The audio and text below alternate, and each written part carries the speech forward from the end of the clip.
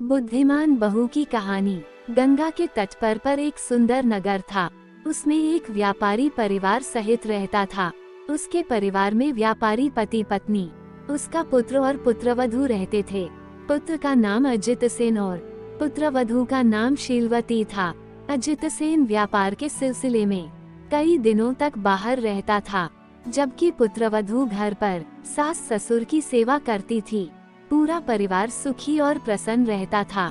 एक दिन शीलवती आधी रात के बाद खाली घड़ा लेकर बाहर गई और बहुत देर में लौटी। उसके ससुर ने उसे वापस लौटते देख लिया। उसे शीलवती के चरित्र पर शंका हुई। उसने सोचा कि बेटा बाहर गया हुआ है, ऐसे में बहू का यह आचरण आपत्तिजनक है। इससे मेरा कुल कलंकित हो जाएगा। इस चरित्रहीन बहू को घर में रखना ठीक नहीं है। उसने अपनी पत्नी से चर्चा की और बहू को पीहर छोड़ देने का निर्णय किया। अगले दिन ससुर शीलवती को रथ में बैठाकर स्वयं रथ हाँकते हुए उसके पीहर की ओर चल पड़ा। रास्ते में एक छोटी सी नदी मिली। ससुर ने बहू से कहा, तुम रथ से उतरकर नदी पार कर लो। किंतु शीलवती ने बिना जूते उतारे ही नदी पार कर ली। ससुर ने मन में सोचा कि ये दुष्चरित्र होने के साथ ही अवज्ञाकारी भी है।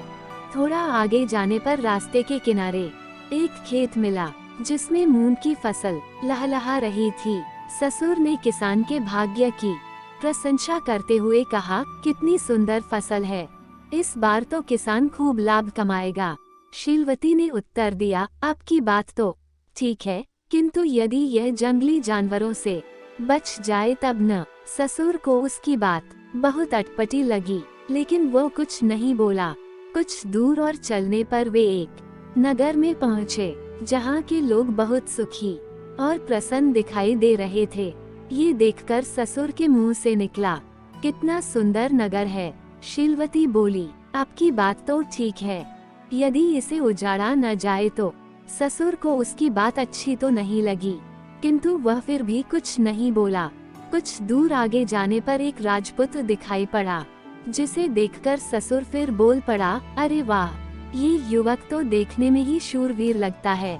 लेकिन शीलवती फिर बोल पड़ी, यदि कहीं पीटा न जाए तो। इस बार तो ससुर क्रोधित हो गया, किंतु किसी प्रकार उसने अपने क्रोध को रोका और आगे बढ़ा। थोड़ी देर बाद दोपहर हो गई। ससुर एक घने बरगद के पेड़ के नीचे रथ को रोककर पेड़ की जड़ में बैठकर आराम करने लगा, जबकि शीलवती पेड़ से दूर जमीन पर बैठ गई। ये देखकर ससुर ने सोचा कि यह कैसी औरत है जो उल्टे काम ही करती है। थोड़ा देर आराम करके वे फिर आगे बढ़े।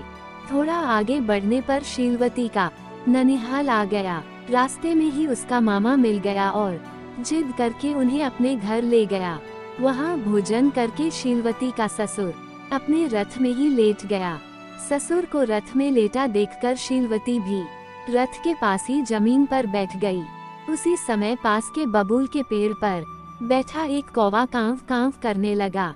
लगातार कांव कांव की आवाज सुनकर शीलवती बोली, अरे तू थकता क्यों नहीं? एक बार पशु की बोली सुनकर उसके अनुसार कार्य करने के कारण मुझे घर से निकाल जा रहा है। अब तुम्हारी बात मानकर मैं एक नई आफत मोल ले लूं। कल रात एक गीदड़ की आवाज सुनकर मैं नदी किनारे गई और किनारे लगे एक मुर्दे के शरीर से बहुमूल्य आभूषण उतारकर घर ले आई। उसके कारण मेरे ससुर मुझे घर से निकाल रहे हैं।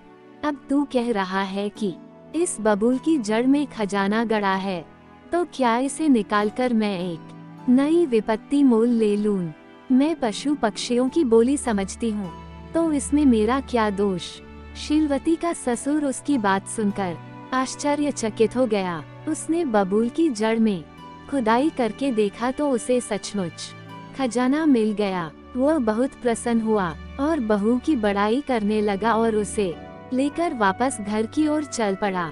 रास्ते में उसने पूछा कि तुम बरगद की छाया में क्यों नहीं बैठी? शीलवती ने उत्तर दिया, वृक्ष की जड़ में सर्प का भय रहता है, ऊपर से चिड़ियां भी बीच करती हैं, इसलिए वृक्ष की जड़ से दूर बैठना ही बुद्धिमानी है। ससुर उसके उत्तर से प्रसन्न हुआ। फिर उसने शूरवीर राजपुत्र के विषय में पूछा, जिसके उत्तर में शीलवती ने बताया कि वास्तविक शूर वही होता है जो प्रथम प्रहार करता है। इसी प्रकार खुशहाल नगर के बारे में उसने कहा कि जिस नगर के लोग आगंतुक अतिथियों का स्वागत नहीं करते, वह वास्तव में आदर्श और खुशहाल नहीं होता है। अंत में ससुर ने जूते पहने नदी पार करने का कारण पूछा, जिसके जवाब में शीलवती ने कहा, नदी में विषैले जीव जंतुओं का भय होता है। इसके अलावा नदी तल में कंकड़ पत्थर होते हैं, इसलिए नदी तालाब को सदैव जूते पहने ही पार करना चाहिए। शीलवती का ससुर उसकी बुद्धिमत्तापूर्ण बातें सुनकर अति प्रसन्न हुआ।